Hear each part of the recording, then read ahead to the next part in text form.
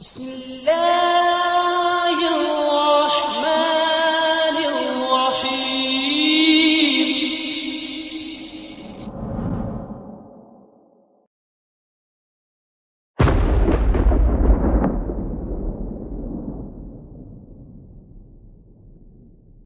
ಅಸ್ಸಲಾಂ ಅಲೈಕುಂ ವರಹಮತುಲ್ಲಾಹಿ ವಬರ್ಕಾತು.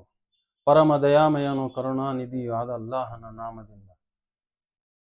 ಆ ಸೃಷ್ಟಿಕರ್ತನಾದ ಅಲ್ಲಾಹನ ಶಾಂತಿ, ದಯೆ, ಕೃಪೆ ಸದಾ ನಿಮ್ಮ ಮೇಲೆ ವರ್ಷಿಸುತ್ತಿರಲಿ.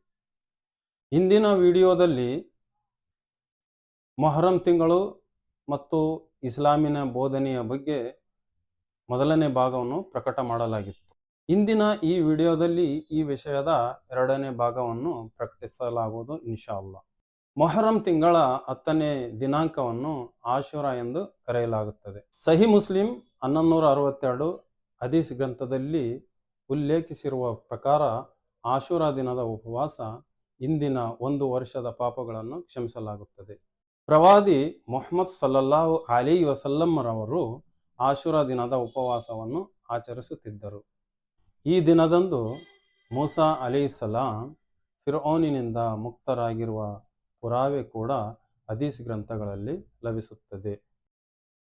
ಪ್ರವಾದಿ ಮುಹಮ್ಮದ್ ಸಲ್ಲಲ್ಲಾಹು ಅಲೈಹಿ ವಸಲ್ಲಂರವರು ಯಹೂದಿಗಳು ಈ ದಿವಸ ಉಪವಾಸ ಆಚರಿಸುವುದನ್ನು ಕಂಡು ಈ ವಿಷಯದಲ್ಲಿ ನಾವು ಅತಿ ಹೆಚ್ಚು ಹಕ್ಕುದಾರರೆಂದು ಪರಿಗಣಿಸಿ 9, 10 ಅಥವಾ 10, 11ನೇ ದಿನಾಂಕದಂದು ಉಪವಾಸ ಆಚರಿಸಲು ಸ್ವಹಾಬಿಗಳಿಗೆ ಹೇಳಿದರು.